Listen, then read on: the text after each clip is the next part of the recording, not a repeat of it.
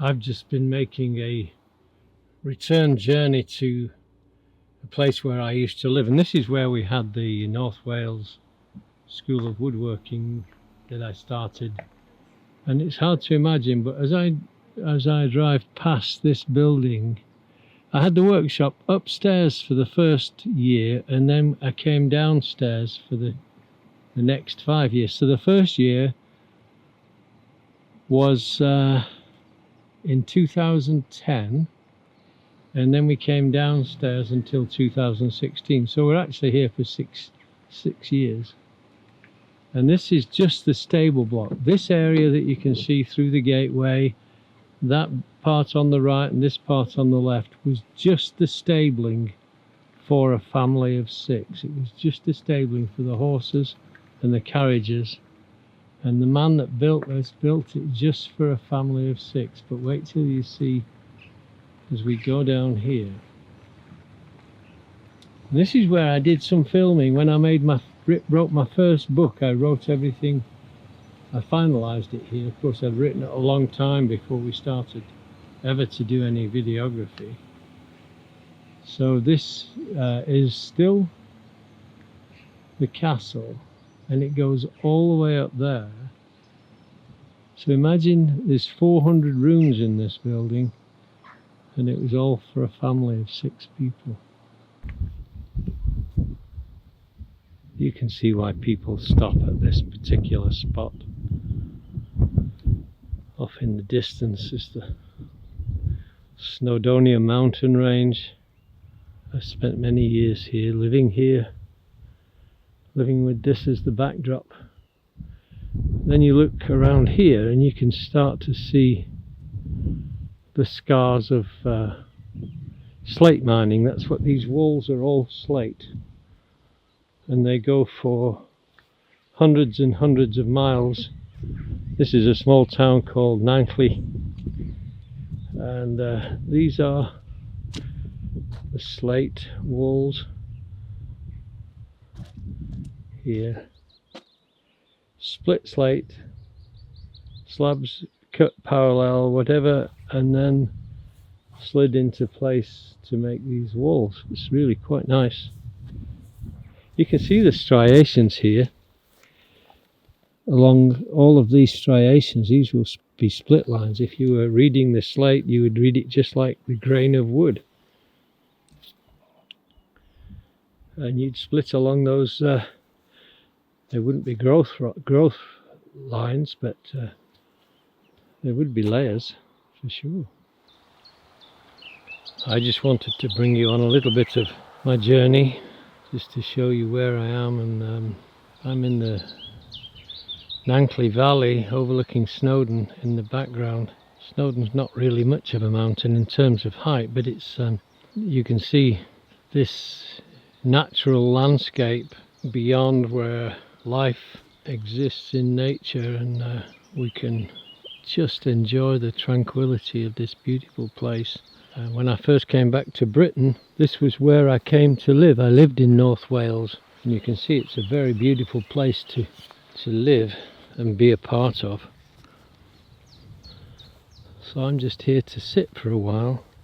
I've been drawing, I've been here writing and sketching and enjoying myself, and the reason I've been doing that is I'm still in recovery mode from my injury. I hadn't realised there were still parts of my body other than my ribs that would need to be restored, and so I'm taking 4 days away from my routine just to be here in the middle of wildness.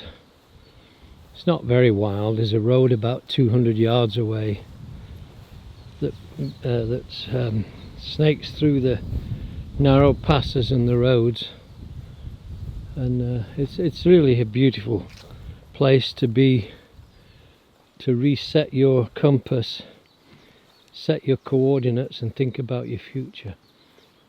And I think that's what I'm anticipating that this is going to do for me. So this is the Nankley Valley. This is the lake, Nankley Lake. and it's a wonderful place. You can swim in this lake if you want to do some wild swimming, and it's not polluted. You're not going to find sewage in here, you're not going to find chemicals in here, and of course you have the beautiful greenery around you, which is a rehabilitating element to any healing, I think. It's just the green, the tranquility of green is lovely. See this gate here? See, this was built with real purpose and with longevity in mind, even though now it's rotting. Can you see the mortise and tenon joint? And then you have this narrow end of the rail to reduce the weight, but look, it has that tenon is pegged together with a single pin, but it's also housed in, so that it's not just relying on the tenon here, but it's also relying on being housed.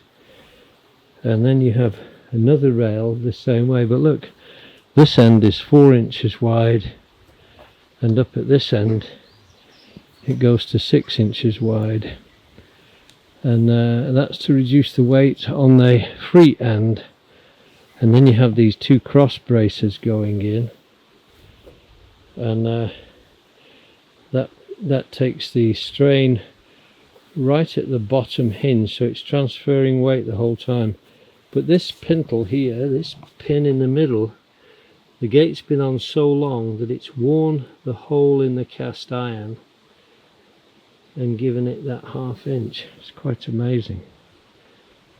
These are the small things. So they've replaced the post with a treated timber post, but the gate itself has lasted for a long time.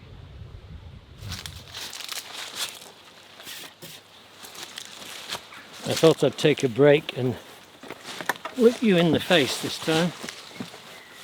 I'm trying to think, how do I want to invest this next 5 years of my life? Where do I want to take it? I've been dismantling the school workshop. I have many benches that I'm considering selling or donating, together with the tools that we used to use in the classes. I have no desire now to start teaching individuals at this point. Now that doesn't mean I wouldn't teach elsewhere. If somebody called me out of the blue, perhaps I would go and teach a week-long class or something for an organisation or whatever. But it would take a lot for me to start a school again, and I have no plans to do that because of the online presence. I found that most of the students that came to the classes were already well settled on their path to woodworking by following me online. So I am wiped out now for the day, and I've had a good day, but this is such a lovely place. Yeah, I'll see you later. Bye.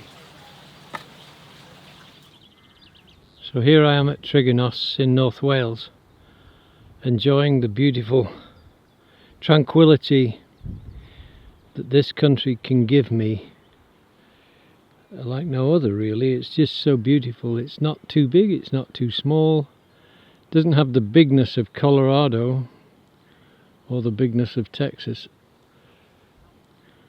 but it's enough for me to be immersed in for a few days, and that's what I'm doing. I'm immersing myself in the wild parts of North Wales, and just enjoying the recovery that I need to regain good health, and yeah, just to contemplate the bigness of this world, and the changes that are taking place all around me all the time. This is a wonderful place to come and swim if you have the inclination to go into colder water, and I think it's a beautiful spot really. It's fairly public, not altogether private, and it's unfortunate really that we have spoil sports who can damage our life, and that's really what happened with me with my ribs. Some spoil sport decided he wanted to gain some kind of dominance, I guess, on me, and so I've ended up here, part of my recovery, taking time out, and hopefully he'll understand at some point what he's done. He's affected everything. He affected my work, but I